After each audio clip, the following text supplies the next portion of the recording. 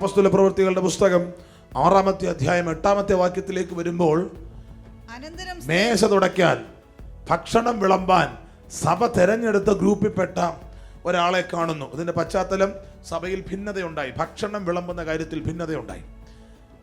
ഭിന്നത ഉണ്ടാകാൻ വലിയ കാര്യങ്ങളൊന്നും ഉണ്ടാകണമെന്നില്ല, ചെറിയ കാര്യം മതി. പക്ഷെ ഭിന്നത ഉണ്ടാക്കുന്നതിന് പിന്നിലെ ഉദ്ദേശം എന്താണെന്ന് ഓർക്കണം. 6:1 എഴുതിയിട്ടുണ്ട്, ആ കാലത്ത് ശിഷ്യന്മാർ പെരുകി വരുമ്പോൾ, എന്ന് പറഞ്ഞാൽ ദൈവസഭ അങ്ങോട്ട് വളരാൻ തുടങ്ങുമ്പോഴാണ് പലരെയും പല കാരണങ്ങളുടെ പേരിൽ പല തട്ടിലാക്കാൻ സാത്താൻ ശ്രമിക്കുന്നത്. പലയിടങ്ങളിലും വളരെ വിജയകരമായി പിശാചും മനുഷ്യരും പരീക്ഷിച്ചു പയറ്റി തെളിഞ്ഞ ഒരു പരിപാടിയാണ് മതത്തിൻ്റെ പേരിൽ ഭിന്നിപ്പിക്കുക. ഇനി മതം ഒന്നാണെങ്കിൽ ജാതിയുടെ പേരിൽ ഭിന്നിപ്പിക്കുക, ജാതി ഒന്നാണെങ്കിൽ നിറത്തിൻ്റെ പേരിൽ ഭിന്നിപ്പിക്കുക, നിറം ഒന്നാണ് ലിംഗത്തിൻ്റെ പേരിൽ ഭിന്നിപ്പിക്കുക. എന്നാൽ വേദപുസ്തകത്തിൻ്റെ സന്ദേശം ഭിന്നിപ്പിക്കുന്ന സന്ദേശമല്ല, അത് നമ്മെ ഐക്യപ്പെടുത്തുന്ന സന്ദേശമാണ്. ക്രിസ്തുവിൽ സ്ത്രീ എന്നും പുരുഷനെന്നും ഇല്ല. ക്രിസ്തുവിൽ നാം എല്ലാവരും ഒന്നാണ്. അപ്പോൾ തന്നെ സ്ത്രീ പുരുഷന് കീഴ്പ്പെട്ടിരിക്കണം എന്നും ബൈബിൾ പറയുന്നുണ്ട്.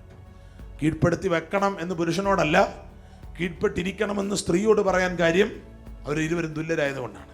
പിതാവും പുത്രനും എല്ലാം തുല്യനാണ്. പിതാവും തുല്യമായ ദൈവമാണ്, പുത്രനും തുല്യമായ ദൈവമാണ്, പരിശുദ്ധാത്മാവും തുല്യമായ ദൈവമാണ്. പക്ഷേ സകലവും തനിക്ക് കീഴ്പ്പെടുത്തി വെച്ച പിതാവിന് പുത്രൻ കീഴടങ്ങിയിരിക്കുന്നു.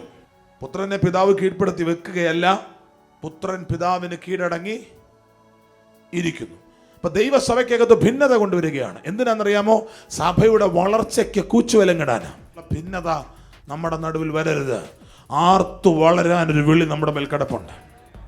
നമ്മെ ഭിന്നിപ്പിക്കുന്നവൻ ആരായാലും എന്നാ വചനം പറയുന്നത്. ദൈവസഭയ്ക്കകത്ത് ഗ്രൂപ്പ് കളിക്കുന്ന, ദൈവസഭയ്ക്കകത്ത് ഭിന്നത കൊണ്ടുവരുന്നവൻ എത്ര വലിയ മിടുക്കനാണെങ്കിൽ ഉറപ്പായിട്ട് വടി മേടിക്കും. അതാരായാലും എങ്ങനായാലും.